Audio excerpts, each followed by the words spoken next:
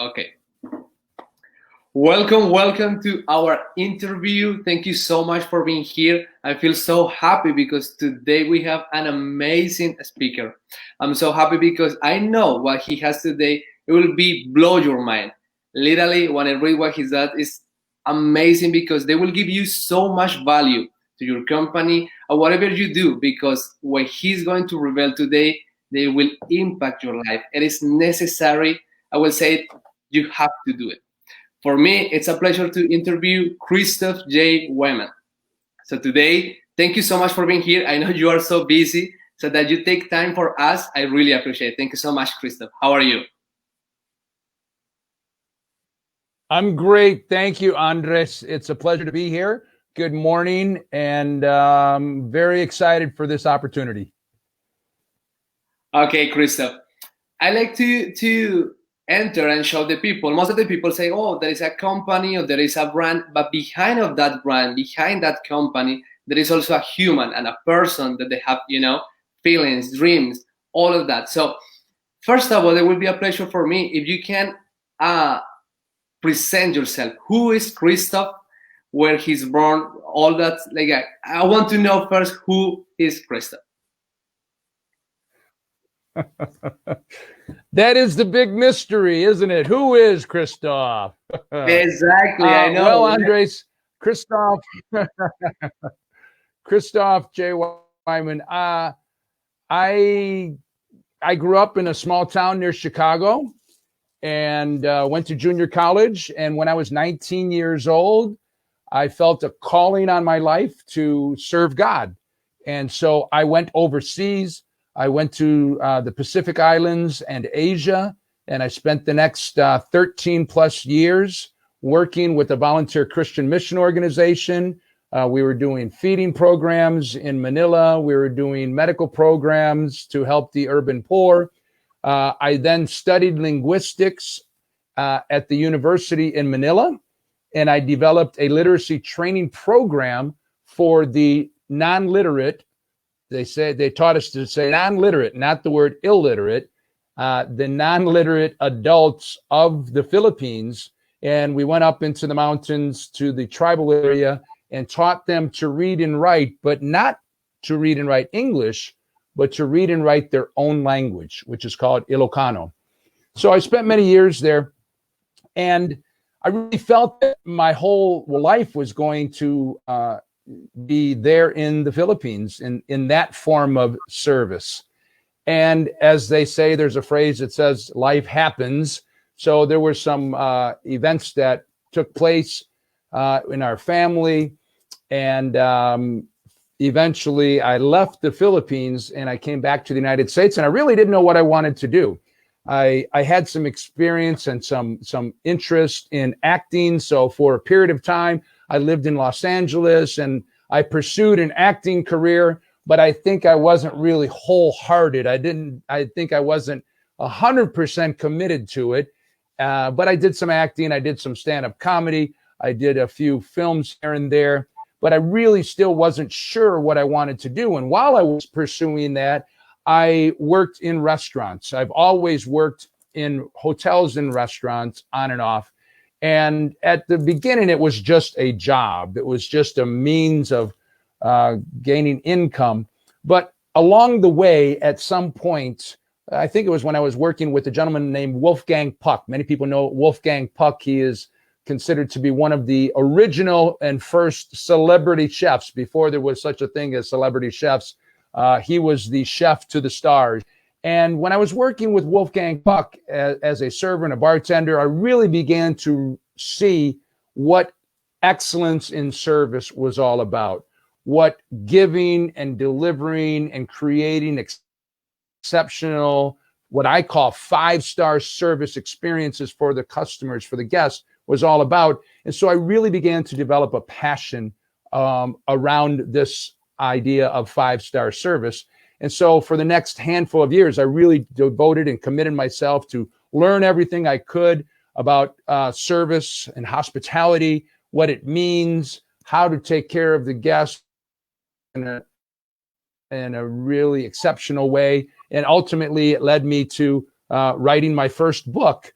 And I can keep going on and on, but that's a little bit about who is Christoff. There's I guess we could go for a long time, but you may have some other questions to guide our conversation. Wow, Christo, what about that journey? And I know you are. I review everything what you do. I already personally read your books, and that is incredible. I know your journey is amazing, and that is the reason I'm so excited you be here, because the knowledge that you have, the power that you can serve people, and it is amazing. And so, Christoph, we go through what was your life, and you have that all experience. So now that sounds like we want to touch your company, right? Your first entrepreneur. So tell us, what is your company? What is exactly what you do? Sure. So I have a number of different companies. My primary one is called Aspire Enterprises, ASPIRE, and it's actually an acronym, and it stands for Advancing Service Performance, Inspiring Restaurant Excellence. Now, we first started out working exclusively in the hospitality arena, customer service or service and hospitality for hotels and restaurants. And that was our niche, that was our focus, really helping hotels and restaurants elevate the quality of the customer experience that they deliver to their clientele. We do training, consulting, whether it be a half day or a 6-week program or an ongoing program. And these trainings are for everybody from the front lines to the management, even up to the owners. Recently, in the last year or so, we've expanded beyond just hospitality, and we work with any company that is customer facing. If any company has customers, there is an opportunity to elevate the customer service, the customer experience, so that in the Aspire acronym, we have changed from the word restaurants to relationships. So Aspire is advancing service performance, inspiring relationship excellence, because it does come down to relationships. And so that's really the primary thing that we do. You also see here behind me a little poster with the microphone and the banner. A little side thing that I do is I've created and launched what we call the Ultimate Speaker Competition. And we did that last year in December. We'll be doing it again in December this year. And it really has no focus on service and hospitality. It is an opportunity for aspiring and emerging and even professional speakers to come together in a competitive environment to share the stage with each other in a few different categories, and to be voted by judges as well as the audience on their speaking ability, how they engage the audience, their speaking prowess, their skills, subject matter, etc. And then I also help a lot of different entrepreneurs in hosting, emceeing, promoting their events as well around the country. So yes, we're pretty busy. I can notice. So that is so great, because maybe some entrepreneurs think like, okay, I have a product and that's it. Just I need to sell the product and no more. But they don't see that is how the experience and how actually you get the reviews is where they're gonna allow you to scale. Because you can just sell one time, right? But if the experience is not good, first of all, the customer is not going to return, and second, they don't get any repairs. Because let's see it in that way. If you don't feel comfortable or you don't feel amazed by the product that you bought, do you want to recommend for your friends or your family, or even tell the other people, hey, go and buy it because it is so amazing, that experience, right? So I am so amazed. I'm so happy that you focus on it, because basically there is when the business can scale, or also where the business can grow, right? Absolutely. It seems quite interesting to me. We live in this digital age of online marketing, social media marketing, and so many companies. So you use the word scale. Scale is a digital marketer type of term. And what I find is that oftentimes companies feel that the most important thing is marketing. marketing to grow and build and scale their business, to attract more customers. And I do believe that that is true, and it is vital to the growth and continue expansion of one's business. However, if you have great marketing, but you do not couple it or do not pair it together with what I call 5-star customer service, then you're going to be continually chasing after new customers. It's more like a revolving door. As you said, the customer comes in, they experience your product or service, but if they don't love the way that you make them feel, then they're not going to be running back. They're not going to be shouting your name and your company's name in a positive way to their friends, right? I have a little phrase that I say 5 stars equals 5 R's. 5 stars equals 5 R's. That means if you deliver 5-star service, you're going to reap the benefits, which are the 5 R's. What are the 5 R's? First of all, it's repeat customers. Number 2, it's referrals. Number 3, it's a positive reviews, both online and then word of mouth. And then 5th is revenue. And I put revenue as the, as the 5th one, because if the other 4 are all happening, then the revenue is going to come. So I've heard this phrase said before, that marketing is the lifeblood of your business. Marketing is the lifeblood of your business. And because I'm not a digital marketer, I'm not a marketing person, I would kind of contradict that in my heart or in my mind. I would say, no, it's not marketing. It's not marketing. It's customer service. But it actually has to be both. They have to come together and work hand in hand. And so now I take that phrase that says marketing is the lifeblood of your business.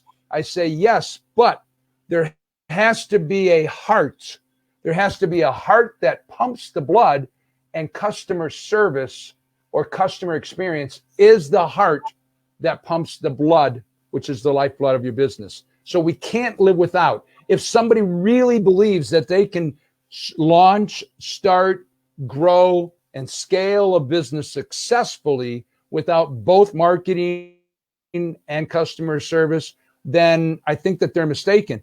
The problem is that because marketing is exciting and fun and sexy and it's quantifiable and you can track the numbers, it's a lot more exciting oftentimes for businesses than to have somebody like me, Christoff, come in and do customer service training, because that's not quite as exciting. But I see, especially in the time that we're in right now, I've coined or kind of posed this phrase. We can do it either as a statement or a question. We'll do it as a question. Did COVID kill customer service? Did COVID kill customer service? Yeah, because so many people are. Go ahead. And I said, sorry, no, exactly. I would say I agree with you, and I love that you say, because there is a big picture. There is not just one piece. A business is like a Swiss watch, right? There is a little pieces that you need to keep, like you need to control, you need to evaluate, and you need to have control on it. If not, the pieces don't want to work perfectly. So I love that, because there is also other piece of how much they cost you to acquire a new customer. How much is the cost to keep your customers? But you need to have a base, you need to have a foundation, and it's most of the people that understand. You need to have basically your family, your tribe, that you know you can count with these people. And it's interesting, because that people is who basically in these times or no certain uncertainty in COVID is who go into your business, is who is still be your family, because they know you and they know what you do for them for a while. In other hand, then the new customers, they don't know you, they don't have anything about you. They can go and they can enter, but that what you do is keep your clientele, keep your family together to you, driving to the time. So it is amazing. Other question that I want to ask you, Christoff, is most of the people think the life and the entrepreneur life is just beautiful and happiness and success and everything going so well. But I want you think, please, in what was the worst moment in your career that you say, no, I don't want to continue this literally hit me so hard. Do you have any moment like that, please, that you can tell us and feel that moment that was super bad to you, please? Well, that's an interesting question. I've never been asked that. Certainly, in general, yes, the life of an entrepreneur can be filled with ups and downs and a lot of struggles and challenges. And for some of us, it happens, the success comes quickly and we experience that. And others, I'll put myself in the next category, it is a continual challenge. It's growth, and maybe it's progress and momentum, and then sometimes there's some setbacks. I would say that one time that was not a really good experience was when I trusted somebody, and I tend to believe and trust that people have a good heart. And I'll just put it like this. I helped bring in a lot of money for speakers and for sponsors to present at an event. So these speakers paid for the opportunity. These sponsors paid to be a part of the event.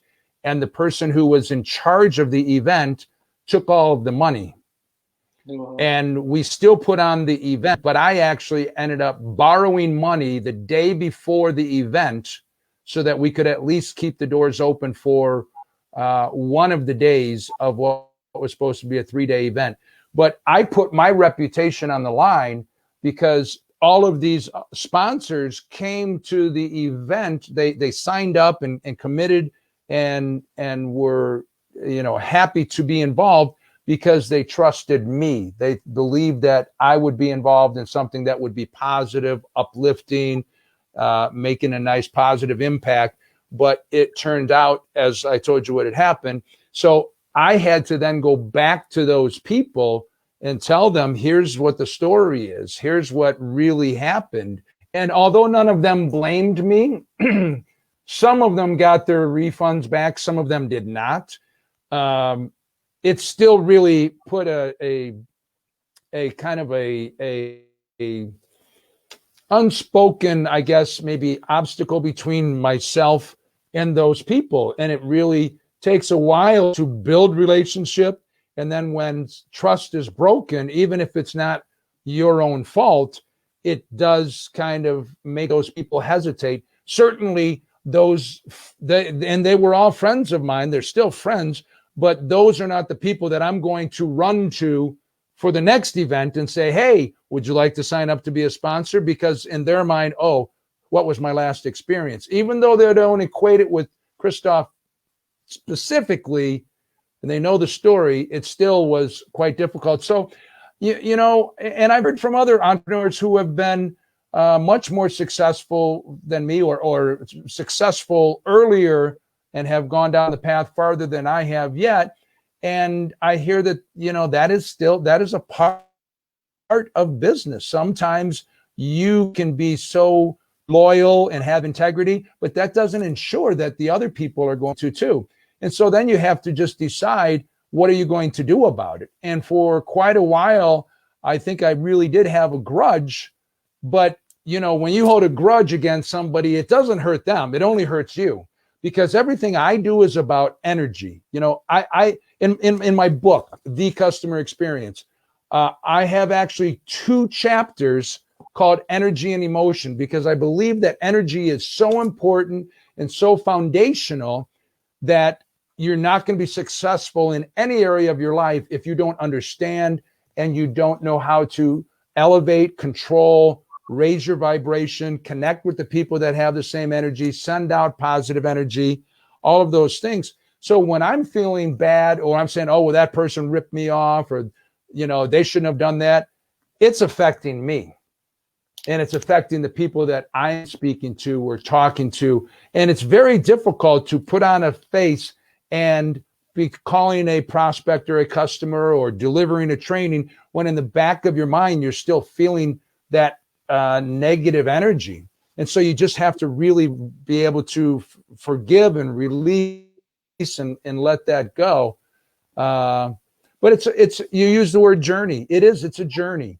And when somebody goes on a journey, you don't know what to expect. You can plan for it, you can prepare, but there will oftentimes be things that come up during the journey that you weren't aware that even would happen. Snakes, there's snakes here. I didn't know there were snakes, right? Oh, I'm prepared with everything else on my journey, but I didn't think, oh, maybe I should wear steel-toed shoes or boots because the snakes might try to bite my foot.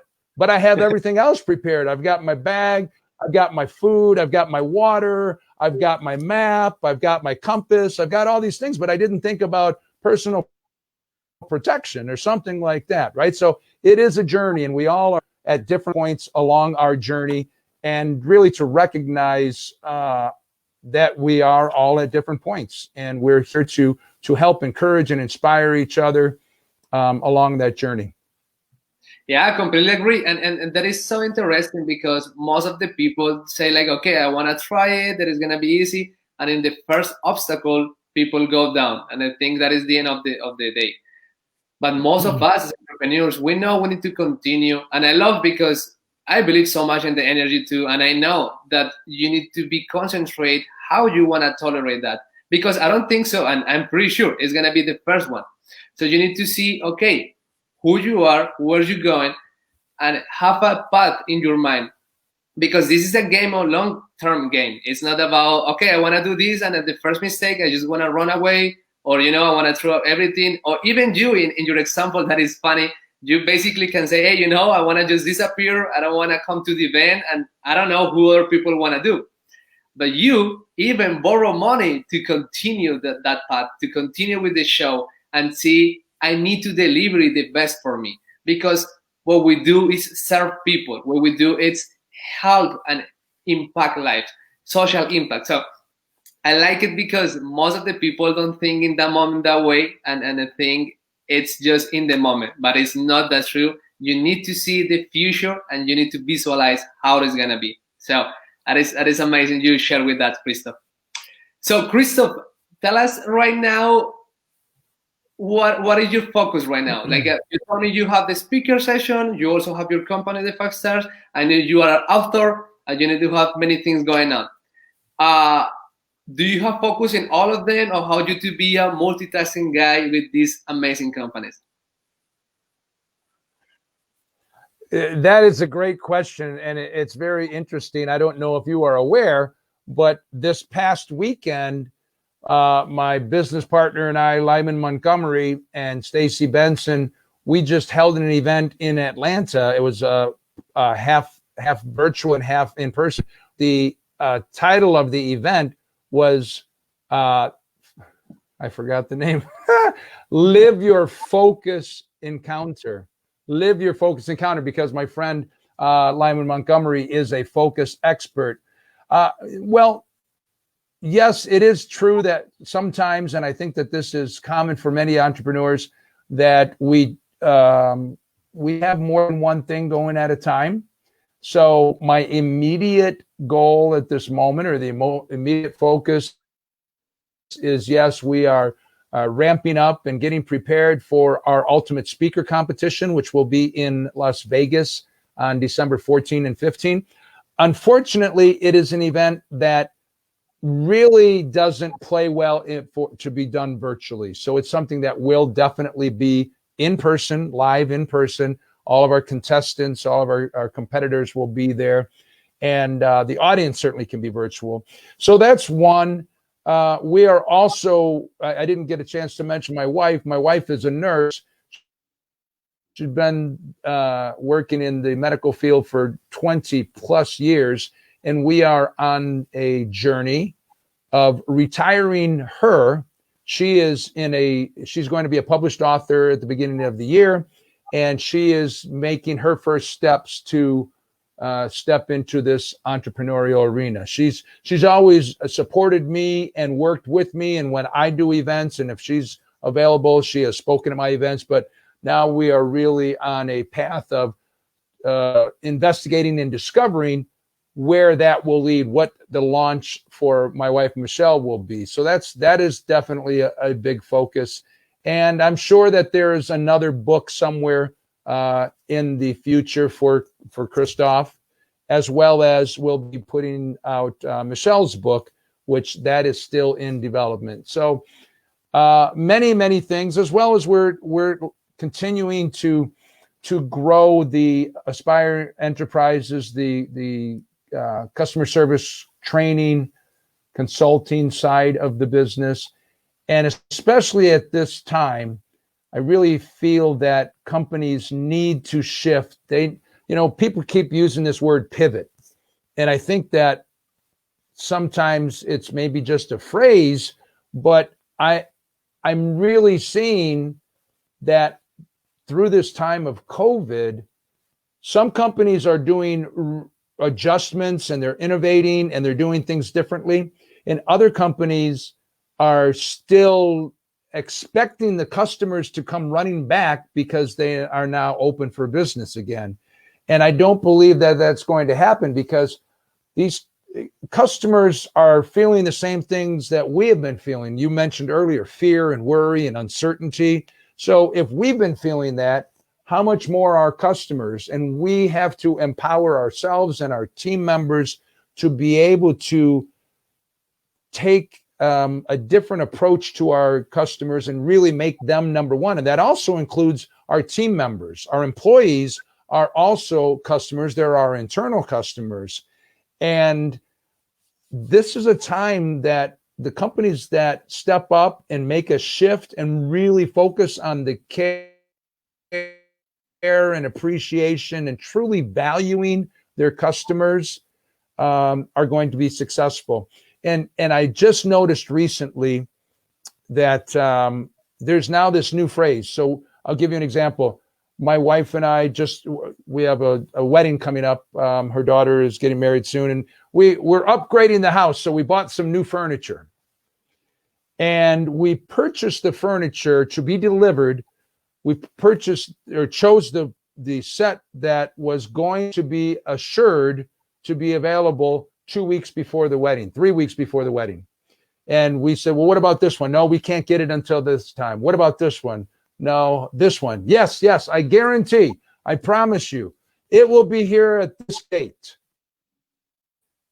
which was supposed to be Friday. Well, we get a call early in the week that says, oh, I'm sorry, this furniture will not be available for 3 weeks, which will be 1 week after the wedding. And we said, we can't. We've already gotten rid of the other furniture. We already got people to come and do the carpet cleaning. So we've made plans based on what you promised us.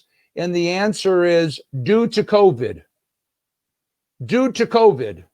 And so I feel like a lot of companies are going to start using that as a phrase, as an excuse for not giving great service. Oh, I'm sorry, sir, there's nothing we can do about it due to COVID.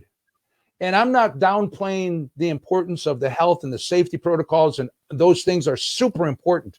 But we can't hide behind that excuse and expect customers to still, appreciate us. I said 5 stars equals 5 R's. If you don't give the 5-star service, you're not going to reap the 5 R's. And one of them is repeat customers and reviews. I'm not giving you referrals. So it's super.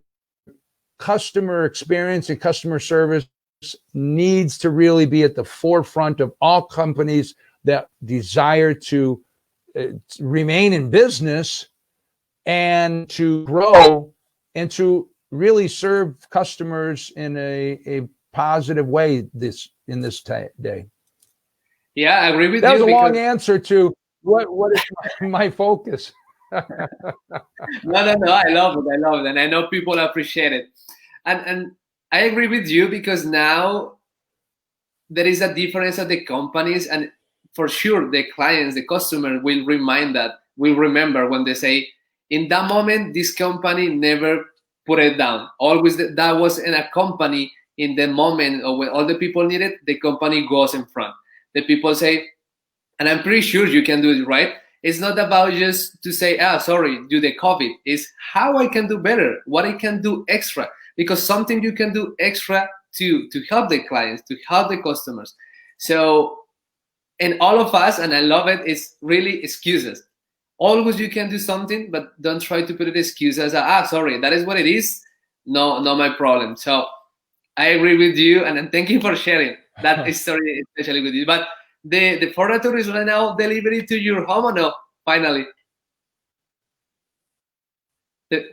No, actually. So what the answer they came up with, we got two pieces. We got a sofa and the smaller one, the love seat. So they were able to deliver the sofa, but we still have to wait the 3 weeks for the love seat. And they said, we'll give you a discount. The discount they gave us was like pennies. I mean, compared to the amount of money that we paid. So here's a customer. Oh, and then here's the thing. They then delivered it early, the piece that was available. So they called us yesterday and said, we're delivering it today. Well, how did you know we're even going to be ready and prepared for it? And exactly. So that company is one that I won't be, telling all my friends to run and spend your money there. And, what is the lifetime value of a customer? And sometimes people think about it, well, it's right now. This is the best I can do for you. Or maybe it's not even the best, but they don't realize. So we all have family. We all have friends, right? How many people do you know that would use the same kind of service that you use, right? So if I like where I go to get my hair cut, I can tell others about how nice that place is and the great service. And maybe my brother will want to go there. Maybe a friend, when they come into town for an event, they say, oh, I need to get a haircut, right? So it's a trickle effect. It's not just me and the amount of money that I'm going to spend, but it's a ripple effect. And that's why it's so important. And we say that, what I do affects you, what you do affects me. And it does come out to energy, but it also comes down to the practical things of, hey, if I'm not happy with the service, actually, I will write a not good review because they don't deserve. You have to really gain the customer's trust. And it's not, I won't say it's easy, but it's not rocket science. It's not like there's not a mystery. There's not a mystery of, well, how do you deliver 5-star service? You take care of the customers. You do what you would want to be done to you. I heard somebody say, treat them the way that you would treat your grandmother. So if you would be this way, if you would speak in that manner, if you would have this attitude or make up these excuses for your grandmother, okay, then that's fine. But the way that you would treat somebody that you dearly love and appreciate, that's how you should communicate and relate with your customers. It is true. I completely agree. So, Christoff, try to do a summary because I know we're talking an amazing conversation about how we can do. Sure. But in 3 tips that you can give through our audience, through our entrepreneurs, what is that 3 tips they will be better as a customer? What is that 3 tips that you say, hey, entrepreneurs, start to doing? If you don't do it right now, start to do it right now because they will give you a better access for your client, for your customers. Can you give us 3 tips, please? Sure. So everything I teach comes down to actually 3 main points. The first one, I'm going to use a little prop here, is what I say is set the tone. Set the tone. Set the tone. What do I mean by set the tone? It's about the way that you create first impressions. What tone, what expectations are you setting for your customers? Don't wait for them. You should be the one that is the initiator. If there is a problem, you should be the one to communicate with them. It shouldn't be waiting until the customer realizes there's something wrong. Like my wife said, she came up with the phrase, she said, why is the onus upon the customer? Why should I be, like, here's a simple thing. Why should I have to tell the manager at a store or a restaurant that the bathroom is not clean? Why should I have to tell them?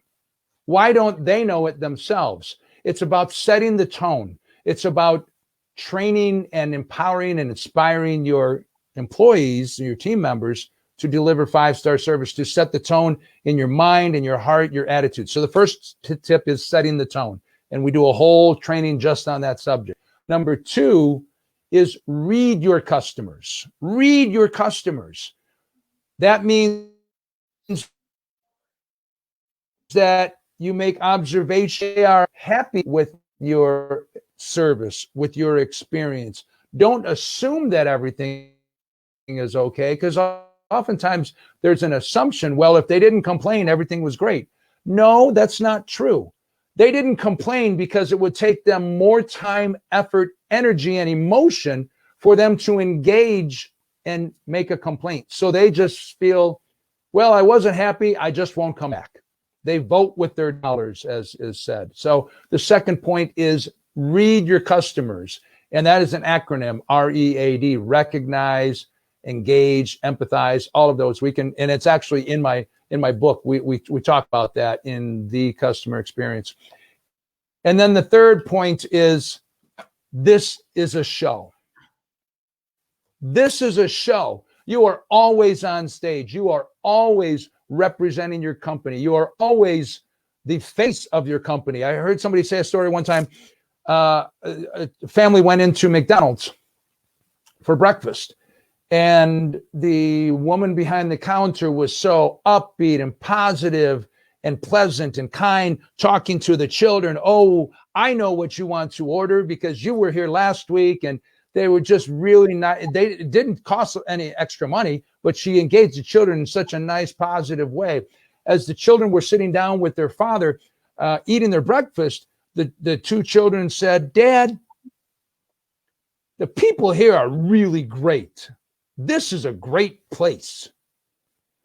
Well, they only engaged with one person, that one person. But that one person is the face of the business. And this is a show. So you are always on stage. You, whatever your position, your role in the business success of the company, and no position is less important than another.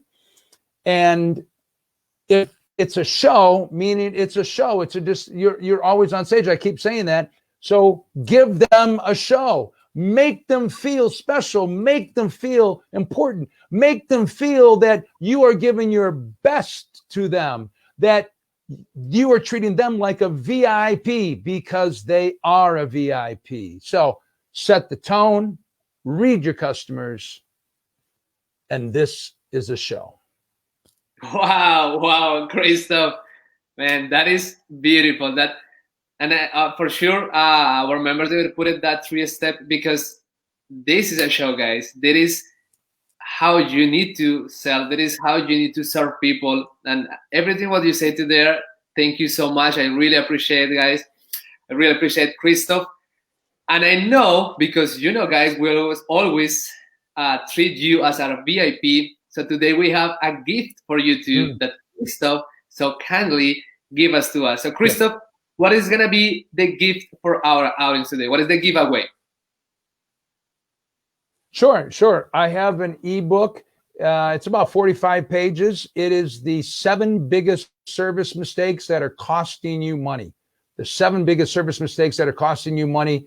And most people probably aren't even aware of it. So it's a very insightful, empowering, inspiring ebook. And if you could text the phrase 5, the number 5, stars, STARS, so the number 5, and then STARS, 5 stars, to the number 31996, 31996, and you will receive that free gift from me. And we also do an online course. And if you're interested, we'll certainly share that information with you. We're actually launching a 6-week online course entitled How to Deliver 5-Star Service and Prosper in Turbulent Times. And if they choose to jump on board. It will be fun and engaging and interactive training that we do once a week for the next 6 weeks. So Andres, thank you so much for your time and for inviting me to share this time with you and your amazing audience. And I hope that there was some bit of inspiration that your audience can go and apply to help their company and their business grow and serve their customers even better. Yeah, no, Christoff, was my pleasure. Thank you so much. Guys, all what Christoff said is going to be in our notes. So please go take action, because again, it's not about what information is. If you don't take action, if you don't read, if you don't connect with people, nothing going to change. Thank you so much again, guys, for your time. Thank you so much, Christoff, and see you in the next episode. Thank you so much. Thank you.